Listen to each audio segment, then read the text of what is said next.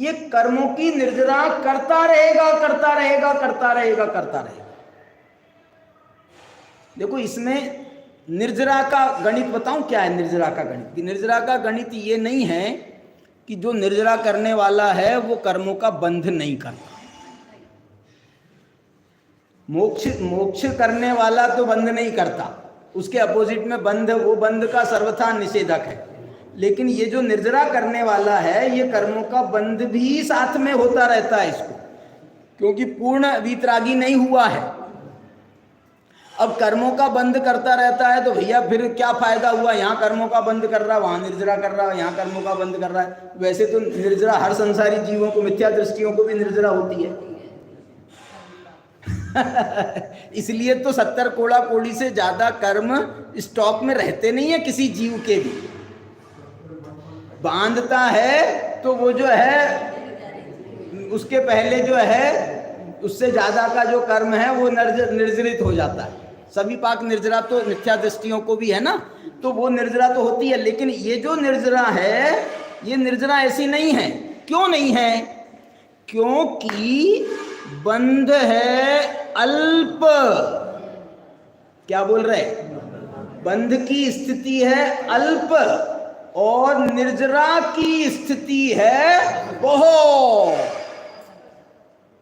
और सुनो, बहुत सारे कर्म तो ऐसे हैं जिनका संवर हो गया, माने उनका बंधना ही बंद हो गया। बहुत सारे कर्म, चौथे गुण स्थान में तो 41 प्रकृतियों का बंध रुक जाता है। बोलो, जबकि मालूम है वो जो 41 प्रकृतियां हैं ना, वो 41 प्रकृतियां सारी की सारी सत्ता में पड़ी रह सकती है। नया बंध नहीं हो रहा है, लेकिन सत्ता में वो 41 प्रकृतियां पड़ी हैं। जरूरी नहीं है छाई सम्यक दर्शन होगा तो सत्ता से नष्ट होंगी, लेकिन सत्ता से जो है उपसम सम्यक, तो उपसम सम्यक वालों को मिथ्यात्व कर्म पड़ा है सत्ता में। सम्यक दृष्टि है लेकिन अभी सत्ता में मिथ्यात्व कर्म भी पड़ा हुआ है। तो वो ये कह रहे हैं कोई बात नहीं है, नया तो नहीं बंध रहा ना, नया तो मिथ्यात्व नहीं बंध रहा ना। बोले नहीं बंध रहा, तो अब ये तो फिर हम इसकी निर्जरा तो कर ही रहे हैं, तो एक ना एक दिन खत्म हो गई होगा। बंध नया तो बंध नहीं रहा ना। इसलिए यदि आपकी किस्त बड़ी है और कर्जा यदि आप अभी भी कुछ ले रहे हो, कर्जा छोड़ दो, खर्चा कम है और कमाई ज्यादा है, तो क्या होगा? ये जैनी लखपति करोड़पति बहुत दिखाई देते हैं। कारण क्या है? बोले कारण यही तो है। देखो, और लोगों के बारे में, सामान्य लोगों के बारे में क्या प्रसिद्ध है? नौकरी पेशा है और लोग हैं, बोले साहब इनका जो है ना 20 तारीख 22 तारीख ज़्यादा से ज़्यादा 25 तारीख तक इनका स्टॉक खाली हो जाता है।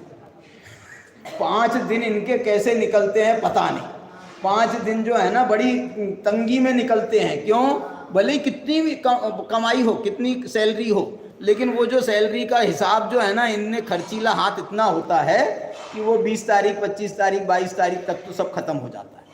अब कर्जा ले करके फिर पटाते हैं बाद में जैसे सैलरी आती है। तो जैनों का क्या हिसाब है?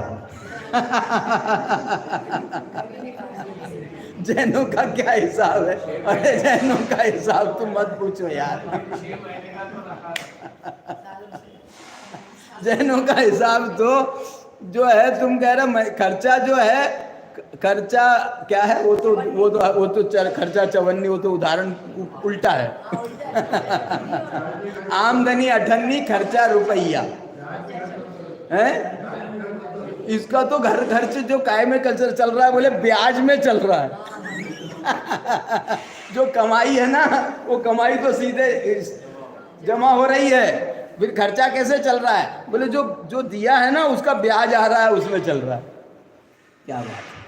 ऐसा जो है ये सम्यक्त्वाचरण चारित्र की महिमा के साथ में यहाँ पर इन्होंने अपना ये पूरा प्रकरण पूरा किया है।